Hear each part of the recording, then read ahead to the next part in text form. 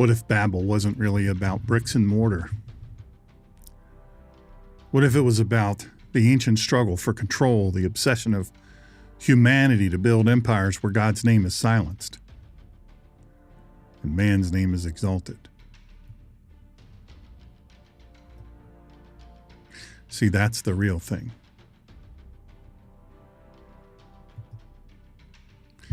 That's the real thing. What do we know? Right? We read the Bible. We try to figure it out.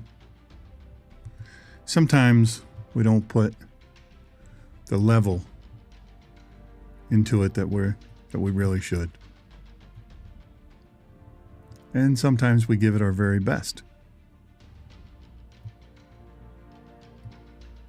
It's hard to say. Only you can accept for yourself the truth as it relates to yourself, your own how you do. Your own Bible study, your own search for truth. Where you search, who you listen to.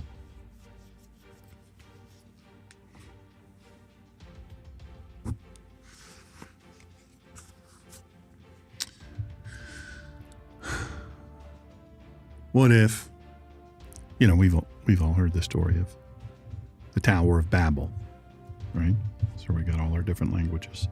We focus on that. It's what we've been taught all this time. And we think that's what it's all about. But what if? What if the Tower of Babel? What if Babel wasn't really about bricks and mortar? What if it was about the ancient struggle for control? The obsession of humanity to build empires where God's name is silenced and man's name is exalted. Genesis 11. Okay, we're back to our series. By the way, my very deep sympathies, condolences to Vadi's family. It was a shocking loss. Stunning. We didn't expect it. I didn't know anything. I didn't know, what. I knew he'd had a heart attack and all that some time back, but yeah. And he had a medical emergency and he died. So we've lost another one, another great one. And he would tell you, and he and I didn't agree on everything. We weren't friends. We weren't buddies. There was no animus or dislike. We just were different. But you see, that's what I'm always saying is we cannot bark at each other all the time when we have differences. We just can't do it. We got to stop barking at each other anytime we disagree on something. We agreed on more than we disagreed. Always pleasantly. He's just a different sort of dude, different sort of mindset, different theology. Well, I would say different. Yeah, to some degree. Mine was ancient Near Eastern and Hebraic worldview, context, language, the ancient Near Eastern language, culture, and context. That is mine. And when I die, whenever that may be, when I die, on the 23rd, we celebrated my 60th, if you can believe that, my 60th birthday. I wasn't supposed to make it past 47, according to doctors, then and since. And I'm not, saying, but I'm saying, thank God. I don't know why God preserved me, but one day he won't. And one day this microphone will fall silent. And it's not about me. It's not about establishing. I can tell you, I'm going to be preaching, if the weather holds out, I'll be preaching at Virginia Creek Campground this Sunday, I think we get started at 9:30. Pastor Wright says 9:30. Yes, Virginia Creek Campground Chapel in Surf City, North Carolina. Wonderful bunch of people, just lovely bunch of people. So we have 2 hurricanes bearing down on us, and if the models that everyone fears happen, well, I don't know so much that we're going to be. We may be buttoning up. We may not be. By the way, how's the sound? How's the video? All right. Doing some different things. We had to totally recreate this episode. As you might know, you had different links and all that. And I apologize for that. It was a network glitch, and lots and lots of stuff going on. We were declined again, by the way. We were declined again to promote or advertise one of our episodes, and YouTube, Google, said no. The Alphabet company said no. So I keep paying for ads, and they keep saying no. So we just keep trying to redirect. So who knows? It is what it is. We'll keep on fighting. We're not going to give up. So what I'm meaning to say is that one day this microphone, there won't be a video, there won't be sound. Not that it'll be some great loss to the world. But I know this. There was a time before I got hurt real bad, and I was humbled by God.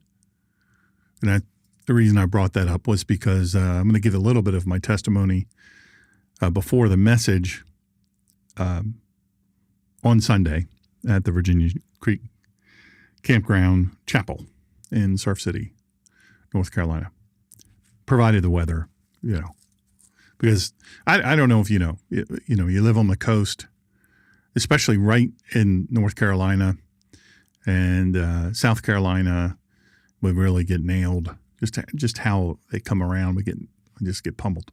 Florida, unfortunately, good lands. Man, they have taken a beating. So, here, church may end up getting canceled. I don't think so. But church may end up getting canceled saying, hey, we gotta prepare. Looks like it's going to happen. We should know by Sunday more of what's going to happen. But Monday and Tuesday, there's 2 hurricanes right near each other, and they're bearing down hard on us. So who knows? We don't know. But anyway. The microphone will grow silent. This will end. All this you can listen free anytime you want. But here's the thing.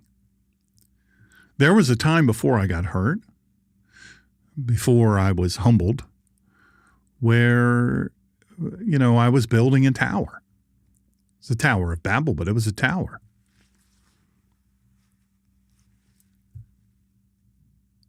I don't think that I was so full of myself that, I was focusing everything on that.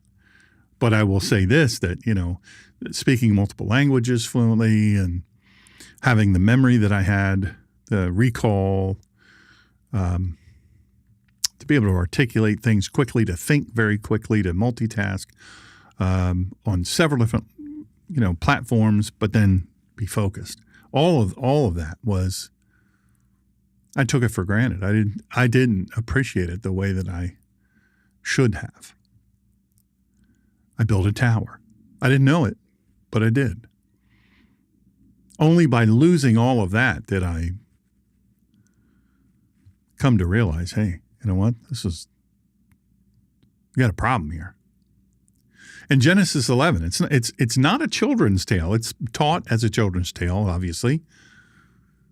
But it's not a children's tale on flannel graph about a half-finished tower. It's the seed of every empire, every idol, every rebellion against the living God. And it is also the soil from which God calls Abram through him, Messiah. The scattering of nations at Babel was not only judgment, it was mercy. It was God restraining human arrogance, slowing corruption, and making space for redemption. What began in rebellion becomes the stage upon which God unfolds his covenant plan to bless the nations through one man, one family, and one Messiah. Now,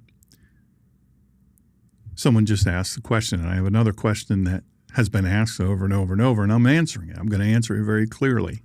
But the message, the sermon on Sunday, if we're honored to deliver it at 9:30 a.m. at Virginia Creek Campground Chapel in Surf City, North Carolina, is the perilous times we live in, 2 Timothy 3, and really to some extent 4.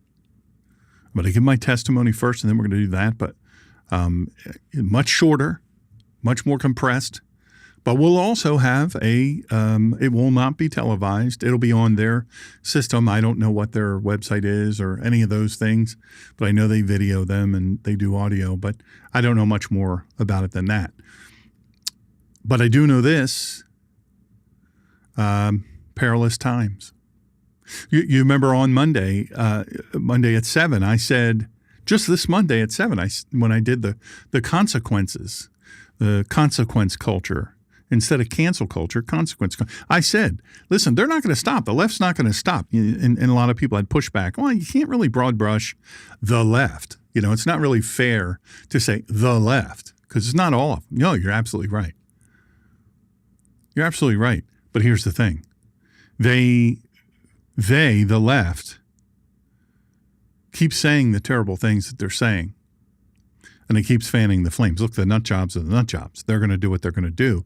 But they're certainly going to do it more vigorously and with more political support, silent though it may be, when you're calling the president Nazi and socialist and you're calling ICE, Immigration Customs Enforcement, and Custom and Border Patrol and Homeland Security and all this, you're calling them Gestapo and all these things. These are politicians, well educated. They know better. For them, it's about staying in power. It's not about caring for this country the way that we're supposed to do. For them, they don't care about that. Just power mad. They want to get back into power. They don't care if they have to destroy this country, just like New York City. Mamdani, this guy Mamdani, he's a communist. He's nothing but a communist. He's a rich communist, which is usually how they are, but he's a communist. He's most likely going to win unless some big thing happens in between now and then. But certainly against the divided, the way they run their elections in New York is insane. New York City, the conservative, more conservative vote is going to be split. And there's not a chance of any of them individually winning. And look who you have running. I don't think Curtis Lee was a bad guy. I think he's a good guy. But there's not a chance in the world he'll be elected mayor. And the people of New York, you get what you deserve. You get what you ask for. Get what you vote for. You vote for that. That's what you want. Okay, fair enough. But I said Monday night at 7, I said, you see, this will happen. They'll keep doing it. This time the guy he murdered and injured, I think 1 or 2 of the very people he was supposedly protesting. It's an assassin, just firing indiscriminately into a van. And he killed, I think, 2 now. I think I heard 2 have died. And you might say, well, if they hadn't been in that van, they wouldn't have been killed. Well, isn't that interesting how the immigration, the ICE people, they survived, but mysteriously, the other ones were shot. The prisoners were shot. Look, all I can tell you is watch the video. Watch it in full. Watch the real one. Don't watch the stupid ones. I talked about this on Monday too. Folks, stop watching those. It always comes out now. They've got a guy with a weird device, an assassin's little pistol that is, the guy in the brown shirt. Watch. He's the one that actually killed Charlie Kirk. Come on. Stop that. It's just insanity. And as I said on Monday, listen to that episode, Consequence Culture. It's from Monday. All of them are free. TrueWordFaithForLife.com, TrueWordFaithForLife.com, or on the True Word Faith for Life with Dr. Shawn channels on Rumble or YouTube. Sign up for them both, but especially Rumble. I'd love for you to sign up for them both. It's free to do both. Click on the little every notification deal. Click on the thumbs up. You think it doesn't matter, but it does. And until you all start doing it en masse, this is where we stay. And if you think other people need to hear this message, the only way they do it is if you share it. The only way they do it is if you do the things that make the algorithm work well. And to those of you who have clicked on subscribe and follow and clicked on the little bell and shared and all those things, God bless you.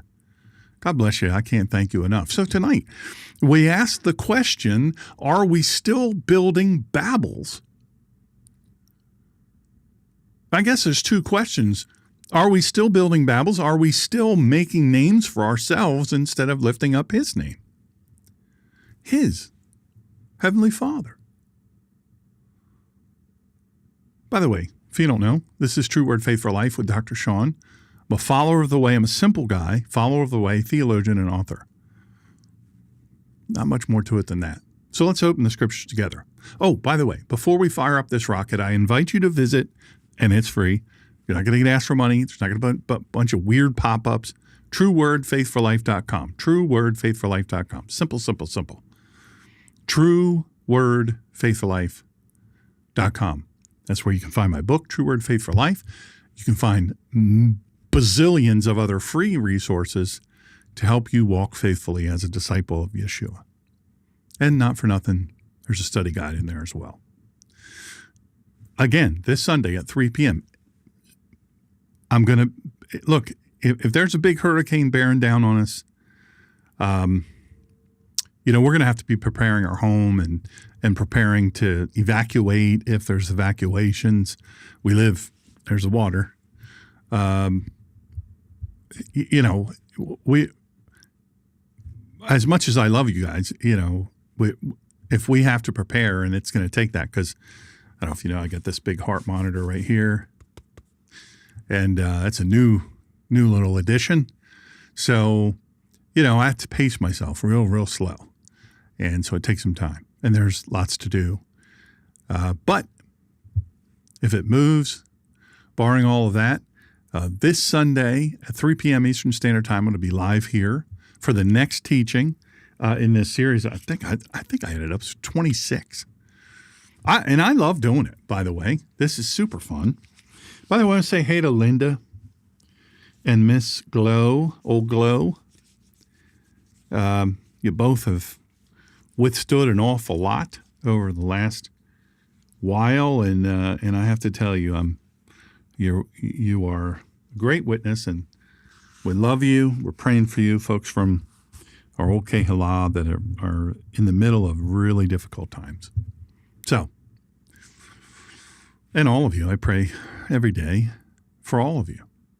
And most of you that I know of your individual issues, I pray for you by name. By the way, you can send me prayer requests through the TrueWordFaithForLife.com contact page. You can also ask me questions. There's all kinds of things. I respond to them all the time.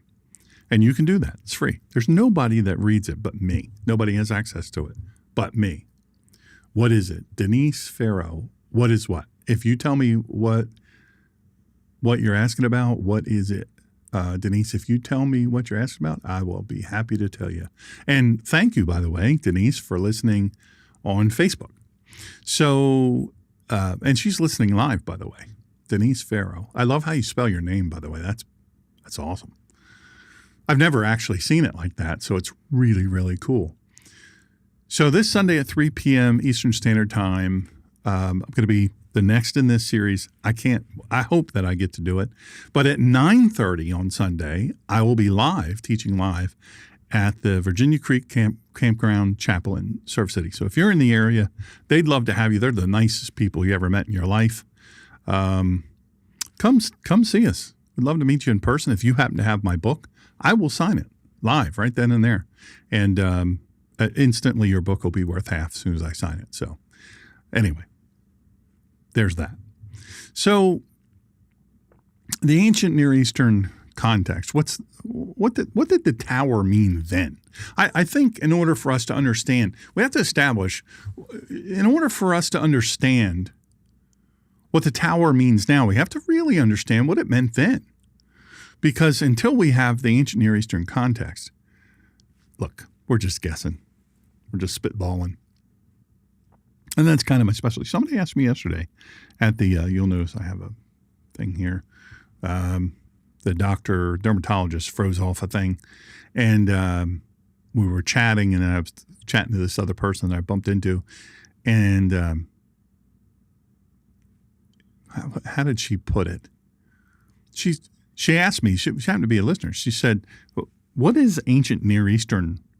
What is that? What is that ancient Near Eastern context? What do you mean by that?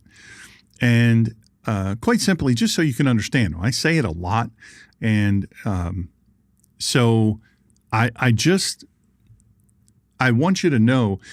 So we think of Middle East, right? We say Middle East, and geographically, yes, kind of we draw a big thing there. That's the Middle East. But the ancient Near East, these were the areas where Scripture happened.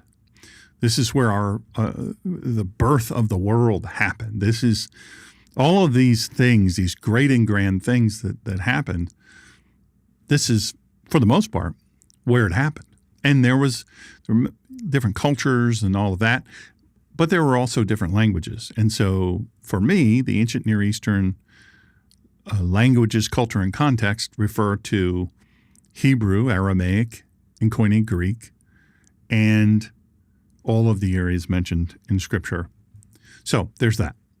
So what did the tower mean then? Ziggurats and sacred space. In Mesopotamia, cities such as Ur, Uruk, and Babylon were crowned with massive ziggurats. These are step temple towers. Right? They weren't buildings per se. They weren't typically occupied in a lot of ways, but they were designed as stairways between heaven and earth. They weren't temples in and of themselves, but they were thought of as gateways, thought to be landing places for the gods, small g. And these priests would ascend to bring offerings, and gods were believed to descend to meet them and take the offerings. So Babel's tower was exactly this. It was a human attempt to establish a cosmic center of power, an axis mundi, without the permission or presence of the true God. As Dr. Michael Heiser explains, sacred space was always God's to define. Babel represents humanity's attempt to seize it on its own terms, to control heaven, rather than to submit to it. By the way, all of this is footnoted. I have all this, and that's available to you on truewordfaithforlife.com.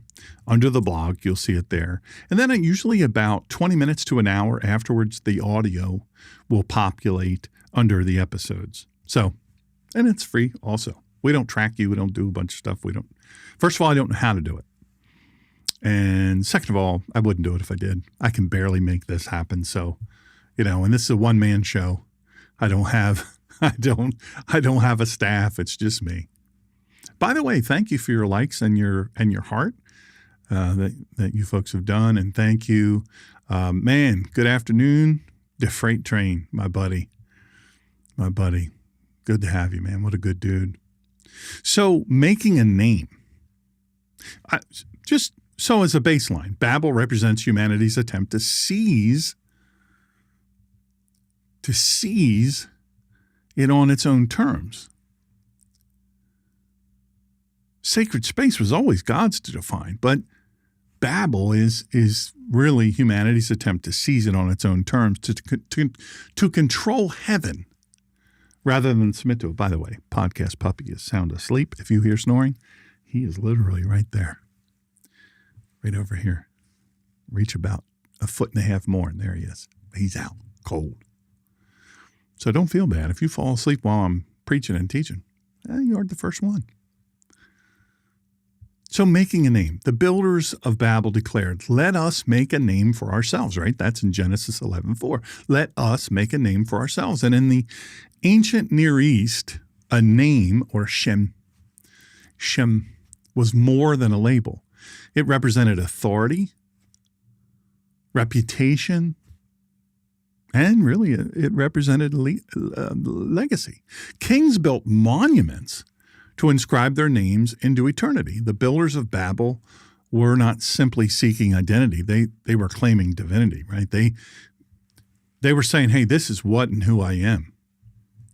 By the way, you guys can't see that, but the freight train, my buddy, is a meatitarian, and he's got a picture of looks like a T-bone steak, a box of eggs, maybe. I don't know what that little one was.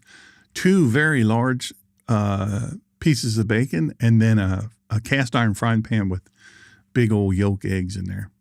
So he's marked it up. Now I'm hungry. What about y'all, by the way? And how in the world did you, if you let me know how you came to hear about this program. I almost said, how you come to her. There's this group. Oh, Whosoever South. They're a Georgia group. They're deep Georgia now. Deep Georgia. Whosoever South. Look them up. They're a different kind of music, and it's music that you would never, ever think that old Dr. Shawn would ever like.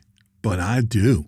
Ooh, I do. And as soon as this is over, I put it right back on. I tell Alexa, because she's right over there listening.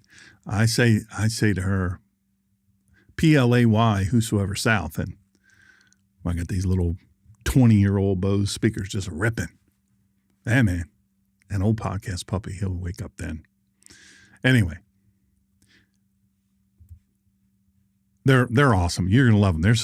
It's a black guy, the neatest dude, and this black guy and this couple, this white couple, they're friends forever. Great musicians. They play incredible music. Their writing is amazing. Their musicianship is amazing, and their story is even greater. Whosoever South. They didn't pay me anything for that. They don't even know I'm saying it. But by the way, I would love to have them on the show. I think they'd be very fascinating to hear their story, how they came about. Anyway, it has nothing to do with this. So the builders of Babel, they weren't simply seeking identity. They were claiming divinity. And don't we do that sometimes, right? I said at the open of this show, and I don't know if you missed it, but, before I got hurt so bad, brain injury, spinal cord injury, massive cardiothoracic injury, massively injured. A bunch of damage to my face. You might be wondering why they didn't fix that. It's a joke grenade, but not really, because look at me. And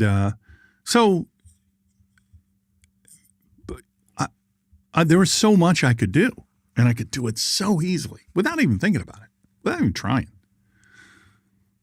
And much to the consternation of Miss Colleen, I will get on her nerves a little bit. I mean, let's be honest. So in sharp contrast, God tells Abram only one chapter later in chapter 12 of Genesis, right? We're working our way through that. And by the way, if you don't know about this series that we're doing, it is connecting Genesis and Romans. I say it all the time. Look, you will never understand the New Testament until you understand the Old Testament and really understand it. And that's what I'm trying to do here. Free of charge, no cost or obligation to you. You don't get a toaster. I don't get a toaster. I don't get anything. So I will make your name great. Genesis 12:2. Human pride strives to exalt its own name. Covenant humbly receives a name exalted by God. Pardon me. Let me get on up on the drink. That's just water. Controlling the divine. Don't we always try to do that? We do. We always try to do it. We always try to control God. We always try to recreate God in our own image. How's that working? Not well. Unlike the God of Israel, the ancient Near East, the deities then, they were thought to be manipulated by ritual, sacrifice, and architecture. Hey, we do a ritual enough in the right way, It'll influence the gods. If we make these sacrifices, it will influence the gods. Sometimes that was babies, literally. And maybe architecture. Look, if we build this great thing, like a ziggurat, which is a type of building per se, like a tower, if we build it a certain way, we build it out of certain things, we can influence the gods. Ziggurats were sorcery, really, in stone. Structures really meant to force heaven into man's agenda. Babel was absolute arrogance, but it was also spiritual manipulation. It was humanity's attempt to harness heaven. But then there's a divine council in the nations. Genesis 11 cannot be read in isolation. Deuteronomy 32, 8 through 9. Again, Deuteronomy 32, 8 and 9 explains, when the Most High gave to the nations their inheritance, when he divided mankind, he fixed the borders of the peoples according to the number of the sons of God. But the Lord's portion is his people, Jacob, an allotted heritage. At Babel, God scatters the nations and delegates them to other divine beings, his council. Nations develop their own pantheons and idols, not by accident, but by divine reordering. Israel, however, is reserved for the Lord himself. This sets the stage for Abraham's calling and for Messiah's mission. Now, my buddy, Dr. David Friedman, Friedman, that's how you spell it, Friedman. We joke about being each other's brother from another mother. He's a great guy. Super accomplished. He has a #1 health and wellness show, I don't know, for a million years going in the United States, a health and wellness radio show. He is a many times best-selling author. He's won the equivalent of, and he doesn't know I'm saying this, he would be very embarrassed, but the equivalent of like an Oscar for authors. And he's won it for many, many books. And if you search him in wherever you buy books, you'll find just a world leader. He's an amazing guy. And he happens to be here near where I live. And he's very good at all the things that he does. But he tells me, he says, hey, listen, because I was asking him one day, I said, how do I grow? How do I grow? Good afternoon, Miss Clippers. Good to see you. I hope you enjoy your lunch break. Thank you for listening. That makes me feel good. I sure appreciate it. So I was saying to him, how do I make this thing grow? People are not, hundreds of people listen. They don't hit like.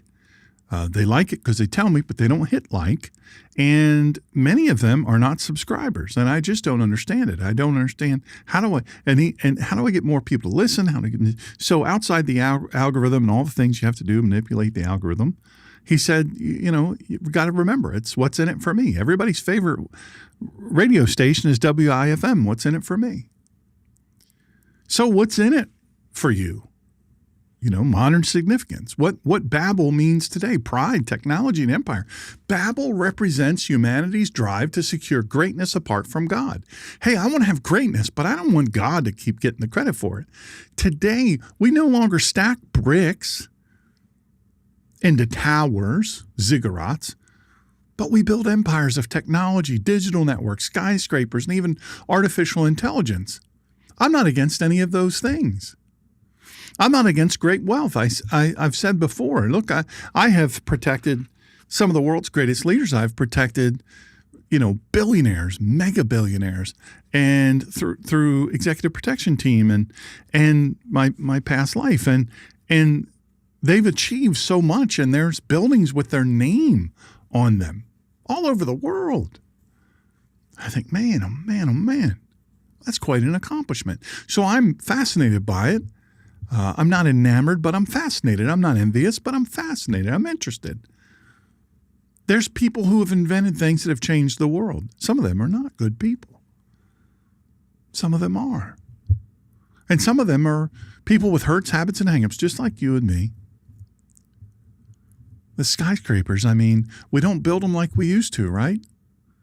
We used to build churches, and they were beautiful, and like in a hurricane zone, you build a church differently, right? And this is the funny thing is I hear this from people around where I live that live in the hurricane zone. They say, I don't buy expensive furniture. I buy secondhand furniture. And many of these people are wealthy. I don't buy anything. I don't put anything in my house that I'm not willing to put out on that curb and not be heartbroken by.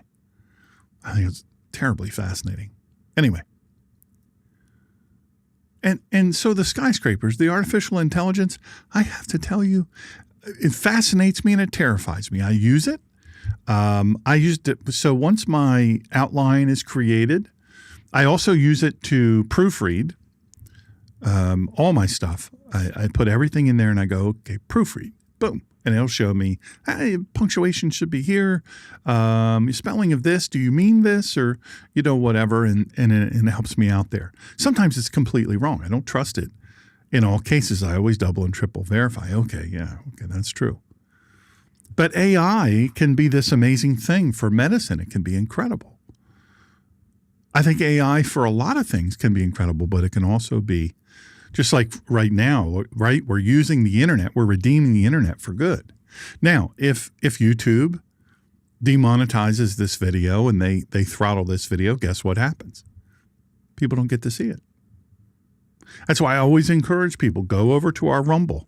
Go to our Rumble, click on follow. There it's called follow. Click on follow and click on the bell for all notifications. And it'll even tell you when I'm going to go live. Why? Because YouTube hates religion. I had a guy tell me point blank. I finally got through. Hey, why do you keep rejecting my ads? Well, you talk about Jesus too much. Literally what he said. Miss Colleen was right there. Had her on speakerphone. That's what the guy said.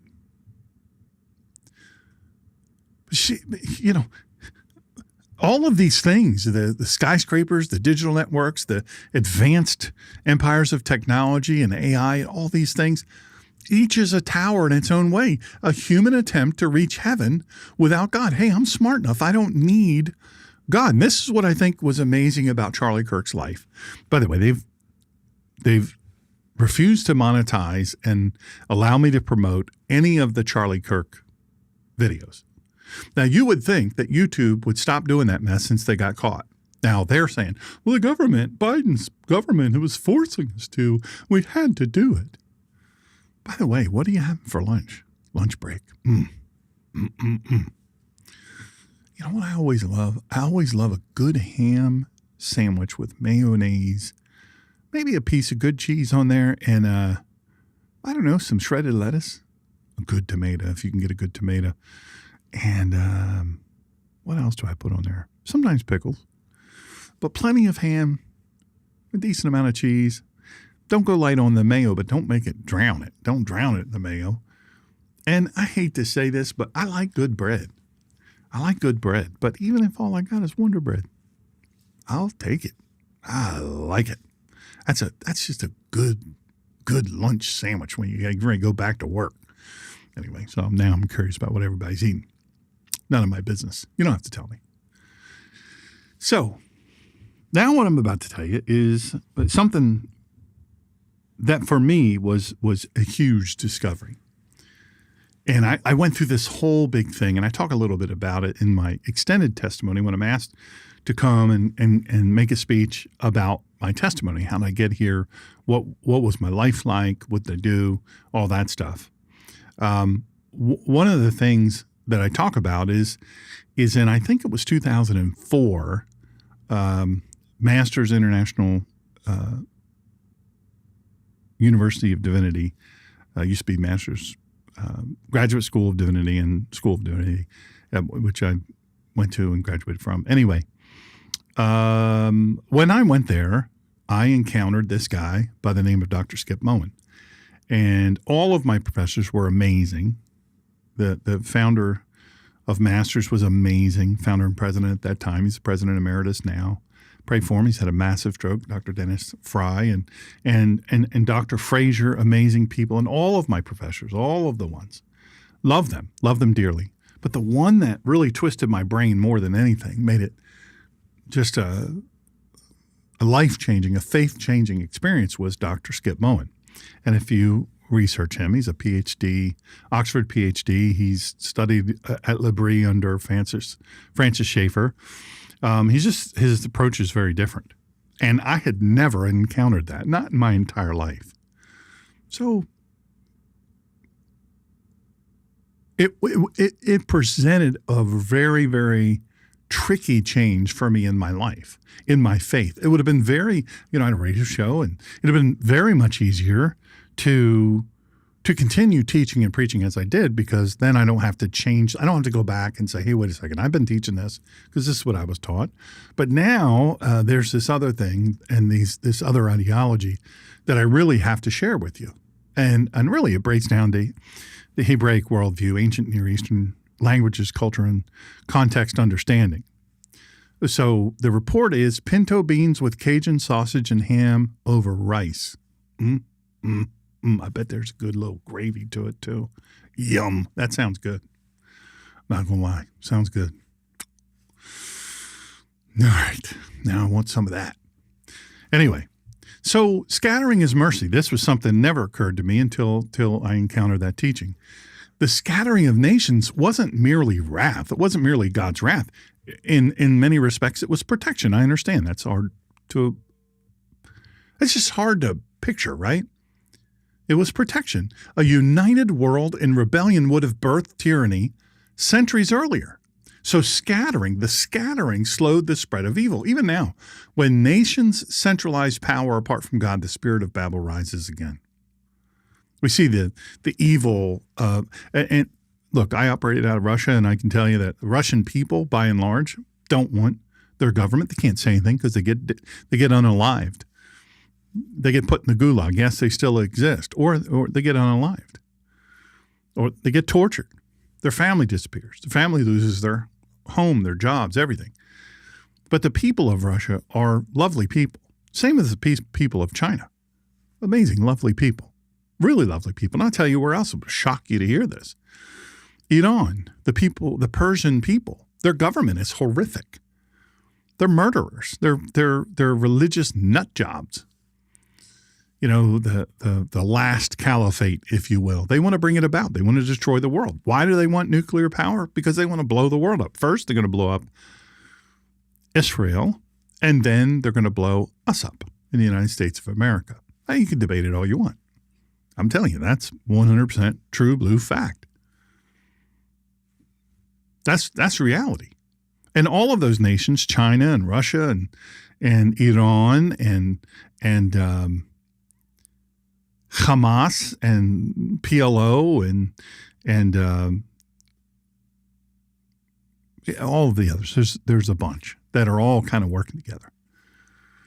This is a centralization. This is a ziggurat. This is a gathering, a joining that is really dangerous. So the gospel reverses Babel. At Pentecost, the confusion of the languages were reversed. I don't know if you've ever thought about this, right? Can't understand the New Testament until you understand the Old Testament. Language, culture, and context. So at Pentecost, and when I wrote my book, True Word Faith for Life, when I wrote my book, that's the viewpoint that I did it from. And that's why I wanted to explain to people, hey, here's every book of the Bible, who the author was, where they were coming from, who the audience was, and why did the author say what was going on. Language, culture, and context. What was happening? We have to understand that in order to understand what the message is. So, but the gospel at Pentecost, again, don't know if you've ever thought of it, but maybe you'll think of it now. At Pentecost, the confusion of the languages is totally reversed. Each one heard them speaking in his own language, right? So there were many, many different languages represented there, and the preaching was done, and all of a sudden, those preaching could preach languages they didn't know, they'd never learned. And the people there could understand them. And this is the whole speaking in tongues. This is some of what is derived from this. You can debate it all you want. If you're a tongue speaker, good on you. I've done extensive teaching on it. It's all free of charge. So each one heard them speaking in his own language. Acts 2:6. So where Babel divided, Messiah gathered. Where confusion reigned, the Spirit brings understanding. And Revelation 21:24 gives us the final picture. By its light will nations walk, and the kings of the earth will bring their glory into it. So scattered nations, they find redemption. Now again, what's in it for me? Personal, what's in it for me? Babel confronts us personally. Where am I building my own name instead of exalting God's? Where am I trying to control outcomes instead of trusting his covenant? Am I living for my own tower or for his kingdom? You know, Charlie Kirk, at the age of 18, I met him when he was 19. And you know, how and where we met was totally chance. And he was an unbelievable. And I said to him then, I said the same that President Trump said to him when I shook his hand. I said, and I had just heard him speak. First of all, he was 6'5". He's a big guy. He was very athletic. You could see that he was athletic. And he had this big smile, this beautiful face, and great hair, and just a warmth, a kindness, a compassion, a love that just it emanated from him. Anyway, I shook his hand and I said, hey, one day you're going to be president. Right? One day you're going to be president. And he laughed and he said, well, I hope I can get your vote. You know, it's kind of a joke, thumbs up. And he was never trying to build his own name. You knew who Turning Point USA was before you knew who Charlie Kirk was. Even as famous as he was, traveling around and, you know, doing all the things he was doing, he was building God's kingdom. He never exalted his own name ahead of God. And he never trusted to himself outcomes beyond what he could do here on the earth. He said, the rest is up to God. I have to hand it to him for that. What am I trying to control? Instead of trusting God, what am I trying to control? Listen, you know, look at all the evangelists per se, the preachers per se, never got a single convert. Yet God was very pleased with them. Why? Because the results are up to God. Well, it's up to us. We got to do it right. We got to be right in how we do the things that we do. We have to be practiced and we have to study and all of these things. We have to do all of these things in order to be where we are and what we're doing. By the way, I appreciate everybody sending me questions and wanting to know, am I all right? It's not too bad. People saying, your face is swollen. Why's your face swollen? You all right? I got stung by a bee yesterday too, by the way. I'm deathly allergic to bees. Thank the Lord. It was a wasp. Thank you to Bug in the Rug. They don't know I'm saying this, but they came back out. They had just taken the nest down probably, 4 or 5 weeks ago. And, I have these little tree frogs. I don't ever want anything hurt around where I live. And I'm normally very pro-bee, but these wasps, man, when they hit you, it's like, not fun. And I'm so allergic. If it's the wrong kind of bee, Shawner's a goner. Anyway, so I got hit by this bee sting, picking up a package off my own front porch. So I had to call them. They came out. They took care of it. Thank God. Wonderful, wonderful, wonderful. Well, one of the guys just called and checked on me. He said, hey, how you feeling? They came out this morning and took care of it. Two really great guys. Anyway, I had this little tree frog about 5 inches from there, and I didn't want it hurt. Thank the Lord, it was gone this morning. So I try to keep the whole little lizards and little frogs. This has nothing to do with the sermon, by the way. But I try to take care of the stuff that's around here. I want it to last.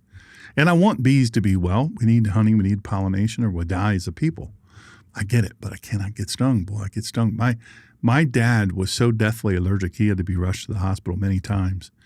And he couldn't take the shot. He couldn't take the shot. For years, I took the shot, the epinephrine. I can't take it now because, of course, I'm a heart patient. And anyway, bunch of other stuff. All that said to say this. Which tower are we living for? Are we living for my own tower? I know I was. For a very long time. I had whole books of the Bible memorized. I could recite them without ever looking. I could quote scriptures, cross references, all of those things. No struggle at all. Easy peasy. I could learn languages quick, very easily. No effort. If I wanted to learn it, I learned it. And I learned it at the indigenous level, what CIA calls proficiency level 5. No problem. Till I got hurt. Everything changed. I was living for my own tower. Maybe I knew it. Maybe I didn't. I don't know. Subconsciously, maybe I did. So the timeless lesson here, look, it all boils down to this. From an ancient Near Eastern perspective, Babel was humanity's attempt to manipulate heaven and exalt self. From a modern perspective, it's the ever-present warning against pride, empire, and control apart from God. Now, I'm not talking about pride and, your appearance, taking care of yourself, looking good. My dear friend is my barber, and she trims me all up, takes good care of me, and makes it look as good as it can. I mean, what are you going to do? What are you going to do, right? God bless her. It's probably a pity thing. Oh, Lord Jesus, help this boy. He's such a mess. I'm going to do Lord's work if I can just help him some. I mean, that's all they can do. It's all anybody can do. But the thing is, we take pride. We take pride in our home. We take pride in our car. Keep a car looking nice. I never have understood. Buy a $40,000, $50,000 car, and then you don't ever wash it. You barely ever get the oil changed. You don't ever, it's just beat up and it's trash all up in it. It's a $50,000 car or more. I see that and I'm just stunned. But hey, it's your car. You do with it what you will. But a little pride, take a little pride in it. A little pride in, hygiene, looking good, smelling good. I always like to smell good. I can't do anything more about the looking good part. That ship has sailed. But I can smell good. I can be clean. I can wear clean clothes. But pride, empire, and control apart from God, it's nothing. I'm gonna lay these on you, and you might want to write these down if you're not driving. Babel scatters, covenant gathers. Man exalts his own name. God exalts the name of those who belong to him. Friends, the Word of God, it's alive with covenant truth, with covenant truth, with covenant truth. I'd love for you to go deeper with me. TrueWordFaithForLife.com. You can find my book, Resources to Strengthen Your Walk as a Follower of Light. As always, I have a challenge and a choice for you today. Here's the challenge. Where are you building the towers in your life? I'm not against any of these things in and of themselves. A tower of career where identity rests on success. Listen, if you're a young girl, a young woman, and you're trying to figure out what kind of guy you're looking for, you say, look, I want to be a stay-at-home mom. I want to be an excellent stay-at-home wife and mother. I want to take care of the house. I want to take care of my children and raise them right and teach them right. And that's something that's very important to you. Hey, you got to be smart about who you look for as a husband. If you're looking for and settling for a dullard, guy won't get out of his own way. He can't earn enough to feed and clothe himself, let alone a family. Well, you got to move on. That guy's not going to be able to provide that for you. If that's what's important to you, look, you have to find somebody like that. And if you're a guy who says, hey, I want to have a different kind of family. I want to have a traditional family. I want my wife to, I want the kind of wife that wants to stay at home and teach our children. I'm not saying I don't want her to be educated. I'm not saying I don't want her to be smart. You know what? I'm not saying I want to be a tyrant in the home. But I want somebody that wants to do that. Look, I honor that. Being a stay-at-home mom, boy, I can't imagine. I don't know how my mother did it with 5. I really don't. I'm the youngest of 5. Did you know I was 2.6 pounds when I was born? 2.5 months premature. Tiny. I swole up. Anyway, look, if that's what you want, that's what you need to look for. If you're a young lady, that's what you need to look for. Young man, if you want that kind of family, you got to be the kind of guy who gets out and hustles. You got to pay the bills. You got to be willing to live under and below your means. You've got to. You can't be running around in every new car. You can't be running around with every fancy thing in the house. You can't be demoing everything, paying people to come in there and I got to have the latest. Oh, Granite is out now. Well, I got to have this. Look, if you can afford it, great. But if this is what you want this type of family, well, you got to get out and hustle. You got to work hard. Make it count. You better make it count while you're out there. Do good work. Don't be lazy. You got a family at home. depending on you. Lazy cobblers' kids have bad shoes. But a tower of career, if you make your career everything, your career is everything. Everything else doesn't matter. The career is everything, everything, everything. Where your identity rests on your successes. That's your identity. And apart from that, you're nobody. I know tier 1 operators. I know intimately. I know police officers, very closely, who that's their whole identity. I was in the military and I was a police officer, and I can just tell you, you can't let that be your whole identity. You can't. You have to have balance. But then there's this tower in family where control replaced trust. I mentioned it just a second ago. Look, if you're a guy and you say, look, I'm looking for a woman who wants to be a stay-at-home mom. Maybe she works from home. I don't know. Maybe you need 2 incomes nowadays. It's tragic to me that you have to have 2 incomes just to barely make it. But I know people that are doing it right now. They have big families and they're doing it. Now, if they want to paint the inside of their house, guess what they do? They paint it themselves. Does it look like the pros? Maybe not. Sometimes it does. Sometimes I'm stunned. But you got to work it out. You got to say, okay, I got to do some of this stuff myself. Maybe we have to wait till the babies go to bed. And, because they would want to touch paint and whatnot. You tape it out and do all your stuff and get her done, get her painted so it's dry in the morning. Hey, I get it. Super hard. Maybe you got to go to YouTube University or Rumble University and learn how to fix stuff. You got to save money. You can't have a bunch of people coming in paying all kinds of money. Now, they deserve the money they get.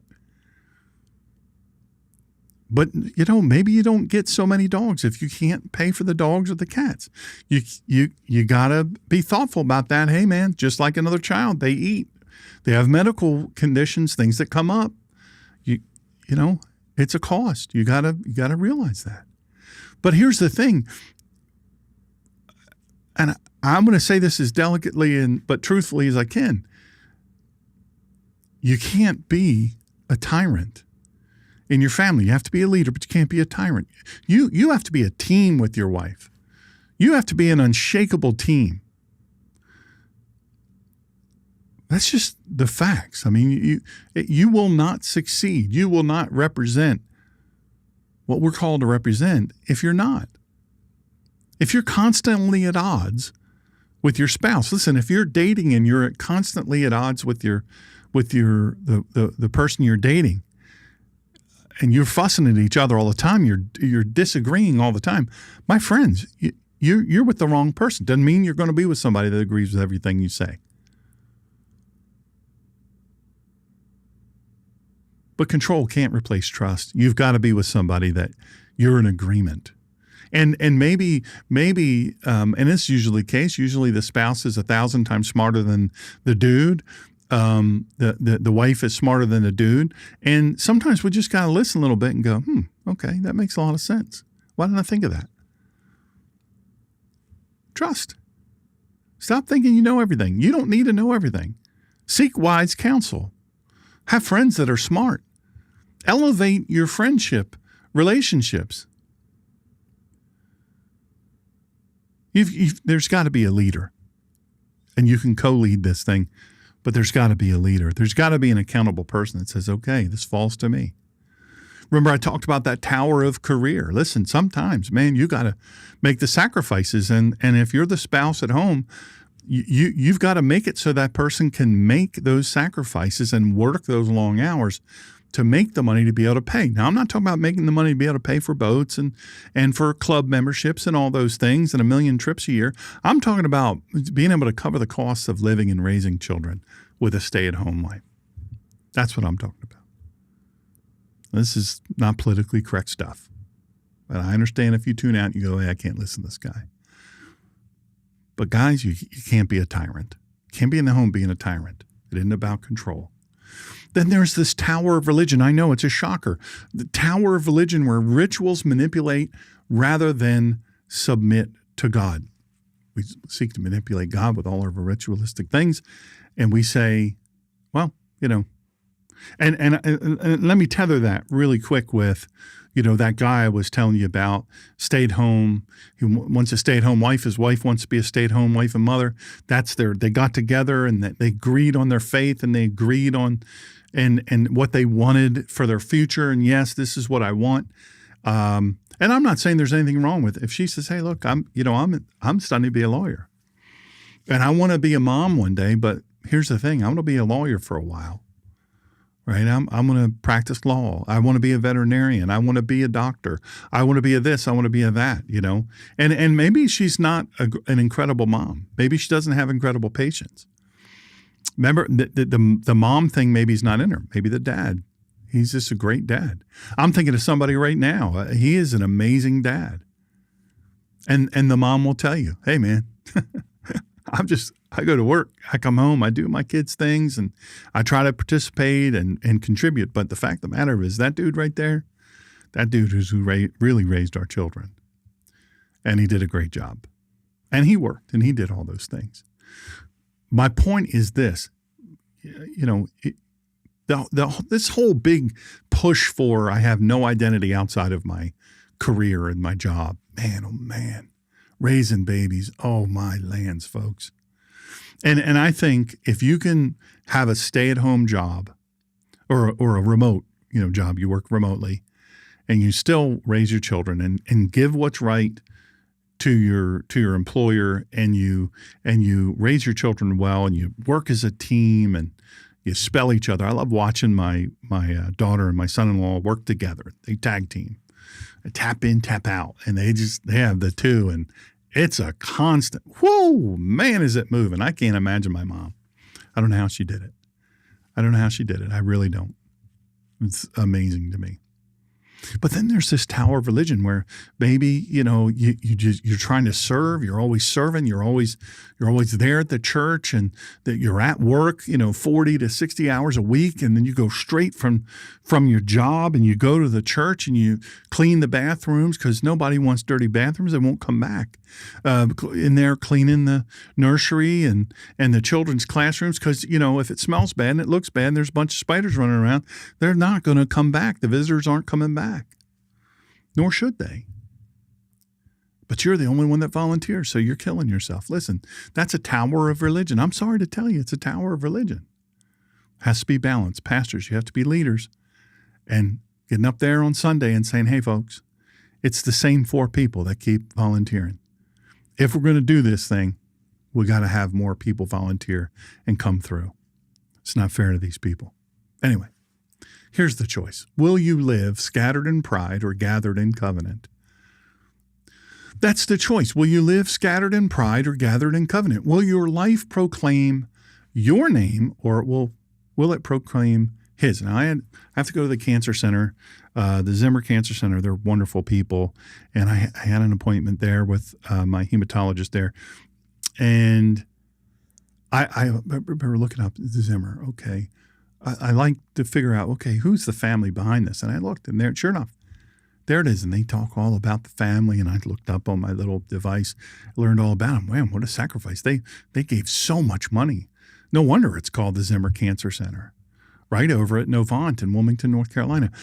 Amazing the sacrifices. And then one of the doctors in the cancer center is a Zimmer. How about that? Their name is on the building, the Zimmer Cancer Center. The sacrifices they made and the gifts that they gave and all of those things. Yes, they proclaim the generosity of that family and of the matriarch and patriarch of that family. But they worked well. They did good work.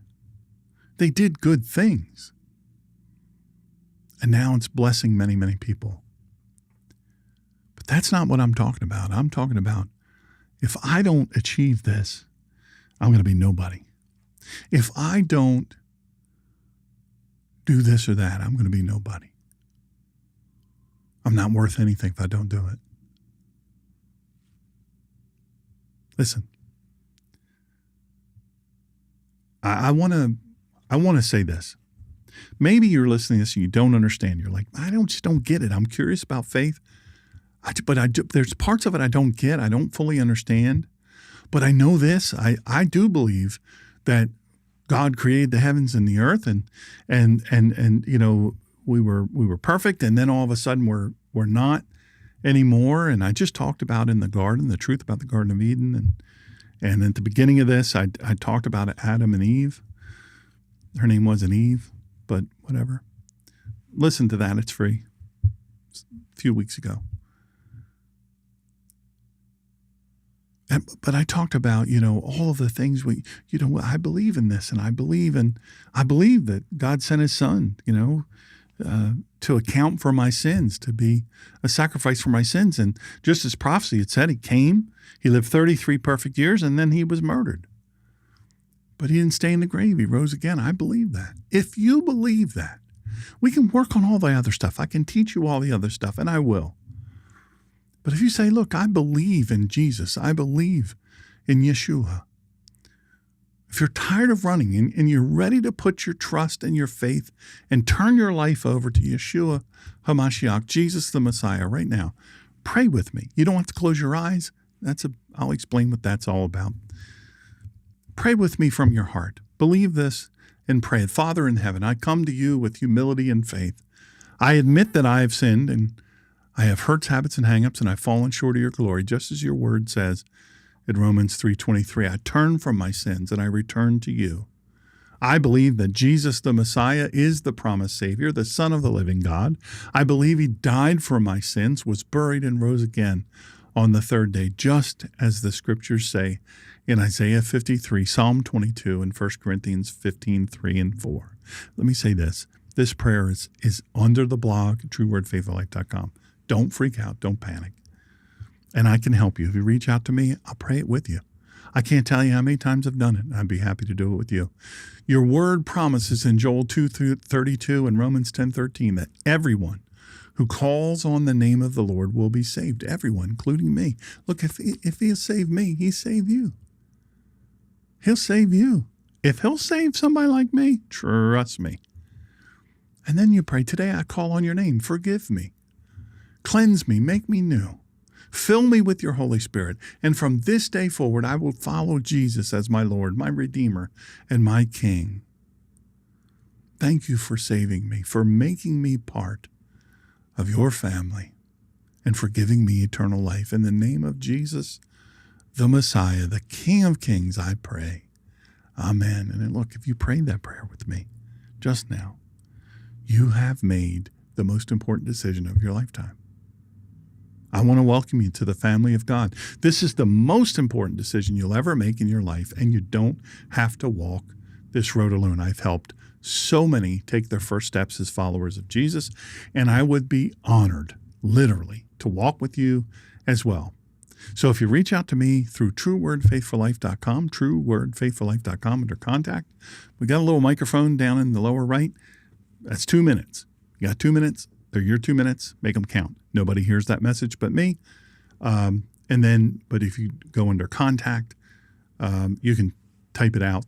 But you have to leave me a way to get back in touch with you, or maybe several different ways. And as soon as I receive that message, I will call you. I will contact you. I'll email you, text you, however you say. And I'm happy to do it. I promise I will personally connect with you. I'll help guide you in your next steps, whether this is learning Scripture more deeply, finding a community of believers through church. I've helped so many. I'm happy to help you. Or maybe it's just growing day by day in faith. Look, you're not alone. Let me walk with you along the way. Now look, the Tower of Babel teaches us this. Pride scatters, covenant gathers. Human towers crumble, but God's covenant endures. Out of confusion, he calls. Out of scattering, he gathers. Out of rebellion, he redeems. So live not to exalt your own name, but his. Live not in Babel, but in covenant. Until Sunday, depending on the storm. Look, if you live anywhere near, come see. Come check us out. Get a hold of me on Sunday early. I'll let you know. Look, are we meeting, or are we prepping for a hurricane? Because the hurricanes, there's two of them. It's a rarity. There's two of them coming, bearing right down at us. Depending on what they do, it could be something that So 9:30 a.m. Eastern Standard Time, I'll be there preaching live on the perilous times, 2 Timothy 3. And then at 3 p.m., Lord willing, Eastern Standard Time, I'll be here. And I would love, love, love to meet you in person. If not, we'd love to see you on Sunday at 3. In the meantime, shalom, shalom, shalom, b'shem Yeshua.